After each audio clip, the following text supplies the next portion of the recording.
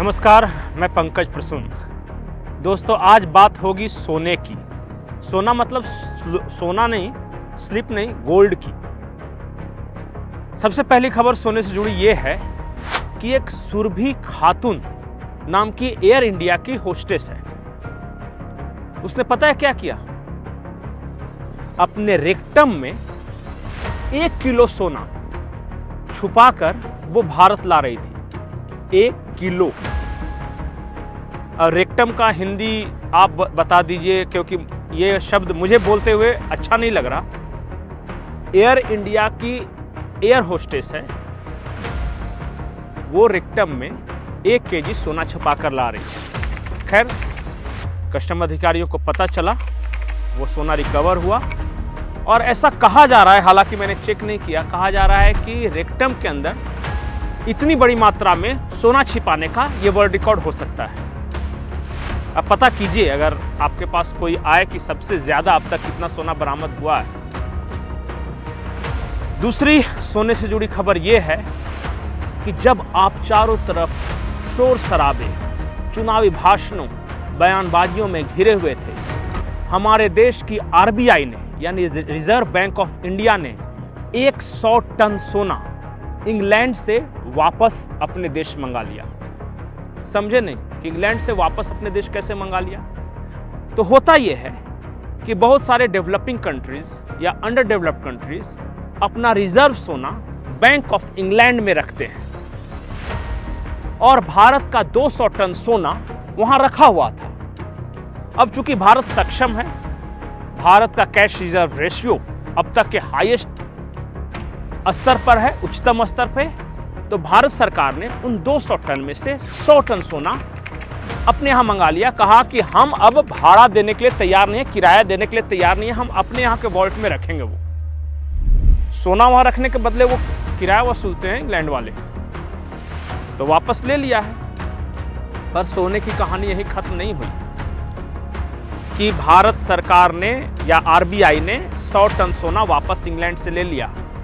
जाने की कहानी और बड़ी विचित्र है कि आजादी के बाद भारत से कितना सोना और कब कब इंग्लैंड भेजा गया और किन कंडीशंस में भेजा गया, कैसे भेजा गया। मैं आपको अखबार के क्लिपिंग्स दिखा रहा हूं। ये अखबार इंडियन एक्सप्रेस अखबार है। 1990 का दौर था जब भारत का सोना गिरवी रखना पड़ा था, यही बैंक ऑफ इंग्लैंड। अब क्यों गिरवी रखना पड़ा था? क्योंकि भारत को कर्ज चाहिए था, पैसे नहीं थे देश चलाने के लिए, और चंद्रशेखर जी की सरकार थी, मजबूरन उन्हें सोना गिरवी रखना पड़ा और तब से लेकर भारत ने लंबी यात्रा तय की। लेकिन आज मैं आपके सामने सोना गिरवी रखने की कहानी बताता हूं। ध्यान से सुनिएगा कि ऐसा क्या हुआ था कि भारत को सीक्रेटली यानी दबे छुपे तरीके से अपने देश का सोना गिरवी रखना पड़ा। कहानी शुरू होती है इस तरह। साल 1990, मनमोहन सिंह उस वक्त इंग्लैंड में थे और इंग्लैंड में उनकी एक सीक्रेट मीटिंग होती है। कौन कौन उस मीटिंग में मौजूद थे? प्रिंसेस एन, ये एलिजाबेथ सेकंड के डॉटर हैं, मतलब बेटी, प्रिंसेस एन। यूएनडीपी के हेड हैं William Henry Draper third. Barber Conable, president of world bank उस वक्त के, और Jim Grant, president of UNICEF। ये मनमोहन सिंह के साथ सीक्रेट मीटिंग कर रहे हैं 1990 में। मैं डॉक्यूमेंट्स लगाता जाऊंगा, घबराइए नहीं, मैं ऐसा कुछ नहीं बोलूंगा जो हवा में हो। वो सारे लोग जो वहां मौजूद थे, यानी कि प्रिंसेस एन्स हो गए, हेनरी डैपर सेकंड हो गए, बार्बर कोनेबल हो गए जो वर्ल्ड बैंक के जो प्रेसिडेंट थे, वो ये सब एक टाइड वाटर एसोसिएट्स ग्रुप से जुड़े हुए हैं। ध्यान दीजिएगा, टाइड वाटर एसोसिएट्स ग्रुप। खैर, वो मीटिंग खत्म होती है।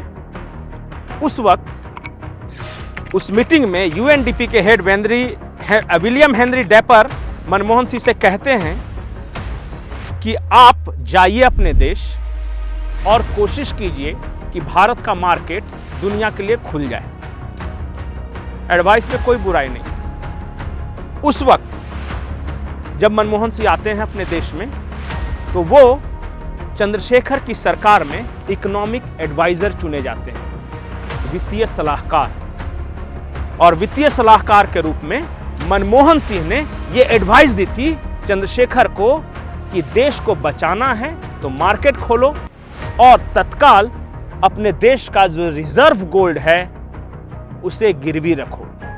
ये मनमोहन सिंह का एडवाइस था चंद्रशेखर की सरकार को।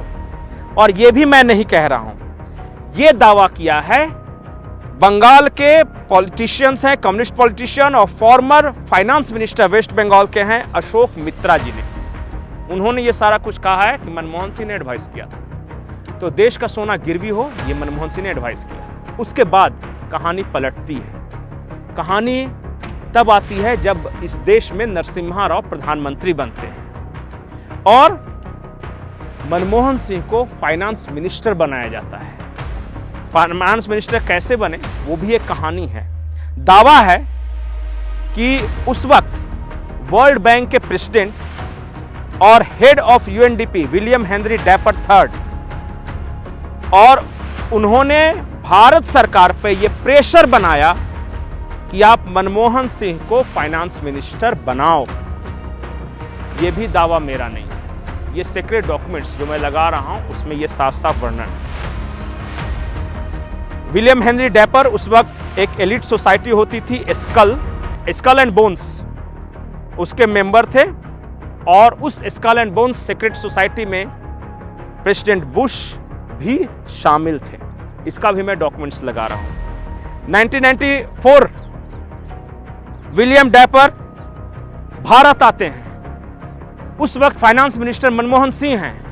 विलियम डैपर यहां पे इन्वेस्टमेंट बैंकर के रूप में आते हैं।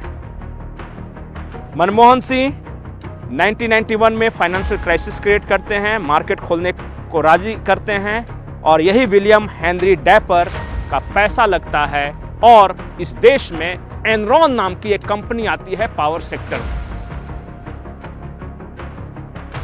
और ये कहानी है पूरा सोना गिरवी रखने और इस देश का इकोनॉमिक खोलने।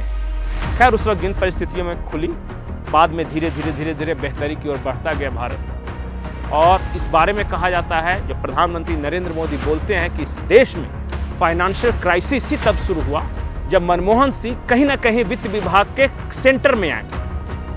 इंदिरा गांधी के समय से लेकर और राजीव गांधी के समय तक ये अलग अलग इंपॉर्टेंट पदों पर रहे, आरबीआई के गवर्नर से लेके, और उसी वक्त देश में फाइनेंशियल क्राइसिस शुरू हुआ और ये इंग्लैंड के सीक्रेट सोसाइटी के मेंबर थे, ऐसा दावा किया है अशोक मित्रा साहब ने। मार्केट खुला, उसके बाद कहानी खत्म नहीं हुई।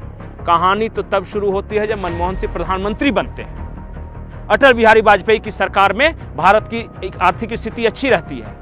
मनमोहन सिंह का पहला टर्म अच्छा बीत जाता है क्योंकि अटल जी ने जो सैंक्शन किया था सारे प्रोजेक्ट्स योजनाएं वो चलता रहता है। असली खेल शुरू होता है और पता चलता है यूपीए 2 में अचानक से फाइनेंशियल क्राइसिस आनी शुरू होती है।